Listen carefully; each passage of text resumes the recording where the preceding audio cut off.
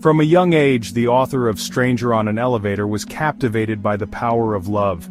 She dreamed in soft shades of pink and gold, imagining a life filled with romance, marriage, and the sweet chaos of family.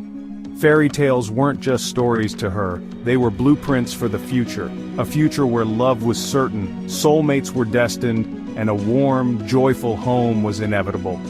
As she grew, she carried this dream with her, nurturing it like a flame in her heart. She found inspiration in love stories, believing that one day she too would step into a life where love conquered all. She envisioned the laughter of children, the embrace of a devoted partner, and a life designed by the heart.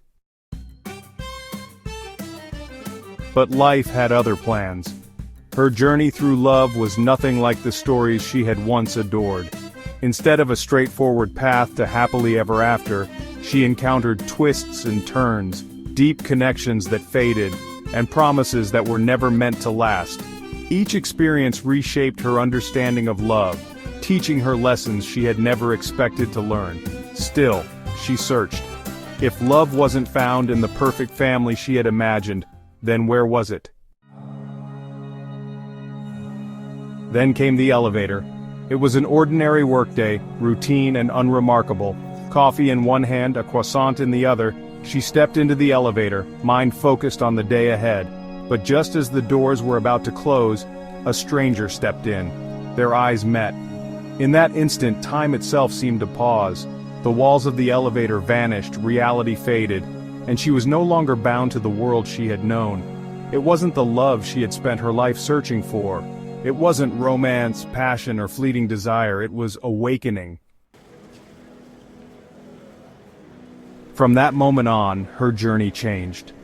The longing for the fairy tale love she had once envisioned no longer held the same weight. Instead of searching for love outside of herself, she turned inward.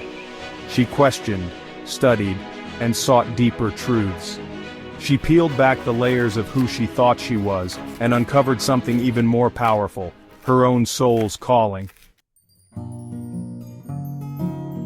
The twin flame experience, as she would later come to understand, was unlike any love story she had read before. It wasn't about finding another person to complete her, it was about finding herself. Her story wasn't the one she had planned, but it was the one she was meant to live. And in the end, maybe that was the greatest love story of all.